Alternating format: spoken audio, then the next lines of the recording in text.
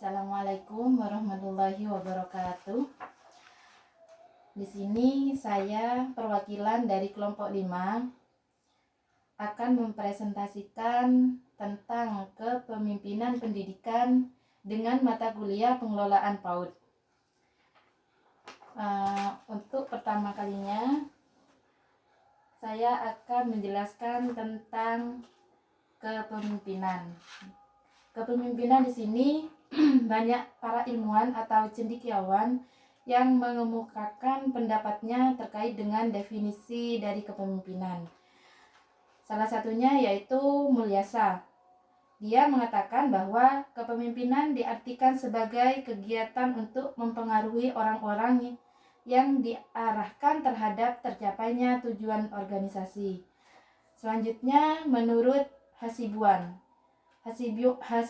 mengatakan bahwa kepemimpinan adalah cara seorang memimpin mempengaruhi perilaku bahwa agar mau bekerja dan bekerja secara produktif untuk mencapai tujuan organisasi. Di sini dari pengertian kedua pengertian tersebut bisa disimpulkan bahwa kepemimpinan adalah suatu sifat yang dimiliki oleh seseorang yang karena amanah atau tugas yang telah diberikan kepadanya.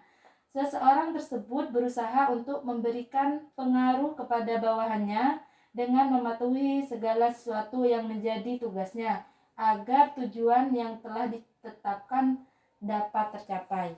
Nah, di situ adalah pengertian dari kepemimpinan.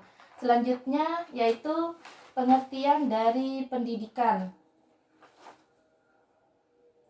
Pendidikan adalah suatu alat bagi manusia yang digunakan untuk menumbuh kembangkan potensi-potensi kemanusiaannya, baik potensi kognitif, afektif, psikomotorik maupun sosial dalam segala situasi dan tidak memandang tempat dan waktu. Jadi teman-teman mungkin sudah banyak mengerti tentang pendidikan sendiri. Nah, selanjutnya dari fungsi kepemimpinan di sini yaitu 1. Pemimpin membantu terciptanya suasana persaudaraan, kerjasama, dan penuh rasa kebebasan. Nomor 2, pemimpin membantu kelompok untuk mengorganisir diri yaitu ikut serta dalam memberikan rangsangan dan bantuan kepada kelompok dalam menetapkan dan menjelaskan tujuan.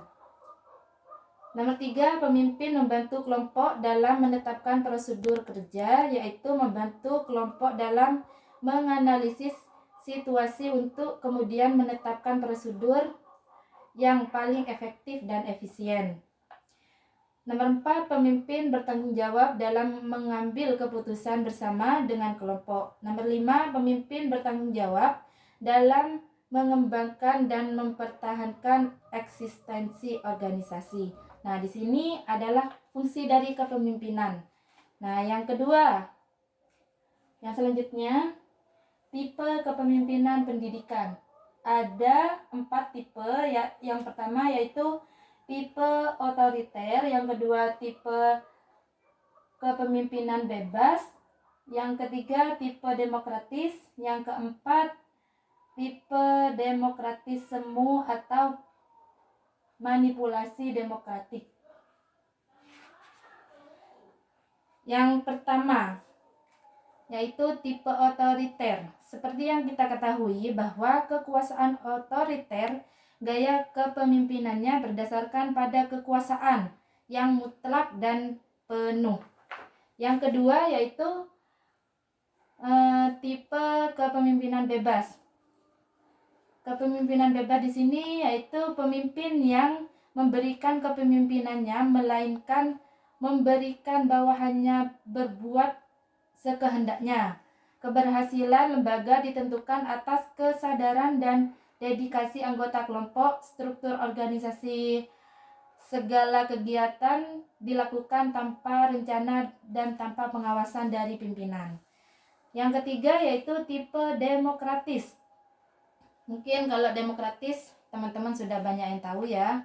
Dan yang keempat yaitu tipe manipulasi atau demokratik.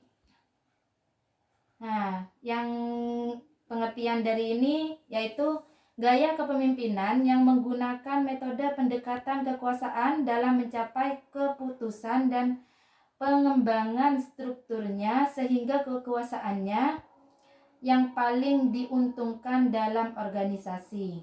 Nah, selanjutnya yaitu kepemimpinan dalam pendidikan. Banyak kepemimpinan dalam pendidikan di sini mungkin teman-teman sudah banyak yang tahu ya. Jadi kepemimpinan dalam pendidikan itu adalah kepala sekolah. Kepala sekolah adalah pemimpin pada suatu lembaga, suatu pendidikan. Tanpa kehadiran kepala sekolah, proses pendidikan termasuk pembelajaran tidak akan berjalan dengan efektif.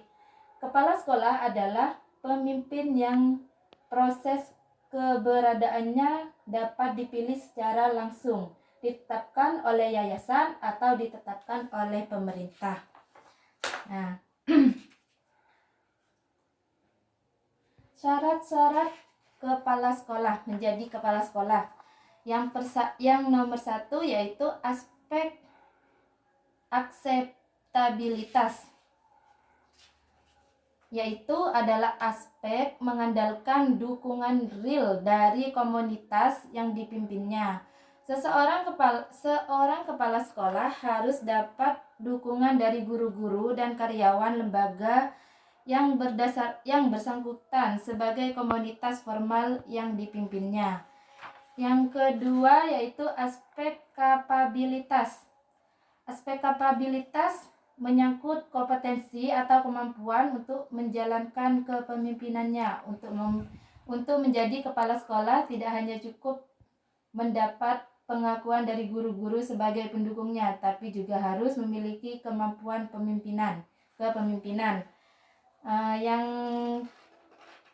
Yang terakhir yaitu aspek integritas. Aspek integritas adalah sebuah persyaratan yang sempurna apabila aspek